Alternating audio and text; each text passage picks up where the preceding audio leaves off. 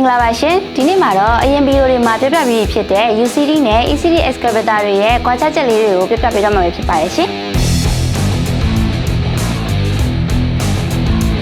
UCD တွေဟာအထူးသဖြင့်မြောက်အမေရိကဈေးကွက်လို့ဖွံ့ဖြိုးပြီးသားဈေးကွက်အတွက်ဒီဇိုင်းထုတ်ထားတာဖြစ်ပြီးတော့ ECD တွေကတော့ဥရောပဈေးကွက်အတွက်ဒီဇိုင်းထုတ်ထားတာပဲဖြစ်ပါတယ်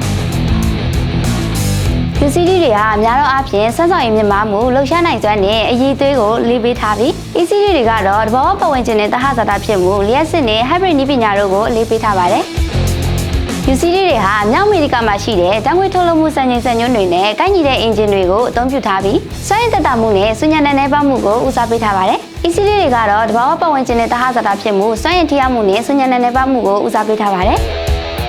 UCD ကတော့မြို့ပြအလုပ်တွေအတွက်တင့်လျော်ပြီး ECD တွေကတော့ဥရောပရဲ့စီးမြင့်တွေနဲ့ကိုက်ညီတဲ့ project တွေအတွက်တင့်လျော်တာပဲဖြစ်ပါတယ်။အခုပြပြပေးသွားတာကတော့ UCD နဲ့ ECD excavator တွေရဲ့ကွာခြားချက်တွေကိုပြပြပေးသွားတာဖြစ်ပါတယ်။